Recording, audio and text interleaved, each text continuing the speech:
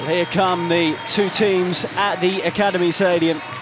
New York City FC taking on Brøndby. As I mentioned, they're fourth in their domestic league at the moment, a club based just outside Copenhagen in Denmark. But we have, of course, the captain for New York City, David Villa, who scored the first goal in the 2-0 victory over St Mirren. Such a key player, of course, he will be this season, and one of New York City FC's designated players for the new season. We're underway at the Academy Stadium. Our referee today, by the way, is Kevin Wright, and I'm sure you know this, but New York City in the dark strip here, and Brøndby in their familiar yellow and navy.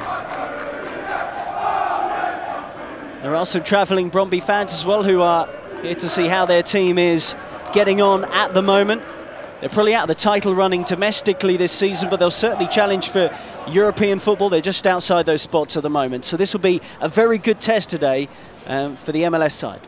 Indeed, yeah. As I said before, there are plenty of variety in pre-season, which I think is important. You know, pre-season's notoriously hard work, but the more variety you can bring into it, the better. It keeps the players enthusiastic. There was a wonderful bit of skill there from David Villa, and it was him who knocked it into Grabavoy, and it's a free kick for New York City FC. Two players over this, of course, Andres Mendoza and David Villa. Strange that Villa's there then. If he was having a direct shot, you'd imagine Villa to be in the box ready for a rebound, but he has. It's in for Mendoza! Wow. Just over the top of the bar, and he's got a free kick on him. What a strike that was. That must have been 40 yards. 35 at least. Well, it had the power, and it almost had the direction, just over the top of the crossbar. It was dipping. It was one of those almost where they catch it on the valve and it goes down. Not bad for a centre-back. Really good tackle from Williams again. He's not afraid of a challenge. It's in with Velasquez, and now it's in with the man with Mix on the back of his shirt, but under pressure. He's lost it. Hassani. Elmander, it's lovely football. Brøndby might score it. It has crept over the line. Just about steered in at the back post. Johan Elmander, key in the build-up. It might be Ornskov who's got the final touch, but Brøndby lead regardless. Oh, Williams is in. What a ball that was. Just about keeps it in play as well, Williams. Yes. Velasquez. Save to the near post, but that's better from City. Great ball. Wonderful distribution. Williams does well to keep this alive, the right back. And then Sebastian Velasquez was there to support him, the Colombian. It's good, has it again. Villa comes deep. Oh, this is nice football. Grabavoy spins out to Villa. What can he spot ahead of him? To sea of yellow and blue shirts. He'll get a free kick. Wonderful running from David Villa. Class play. Class. Great skill. So Villa seems to have the intent in his eyes. It is David Villa, can't keep it down. Decided to get the goalkeeper's side rather than over the wall. But that was an opportunity.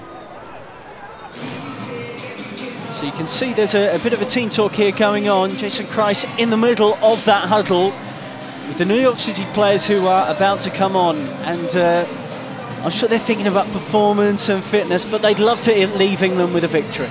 Managed to work it out towards the edge of their own penalty area here, Brøndby.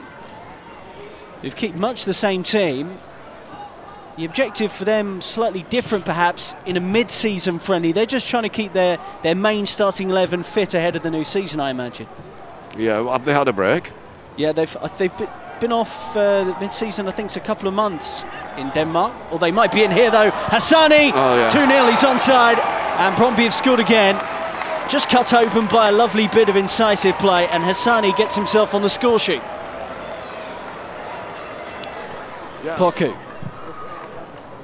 What a ball out to Great ball.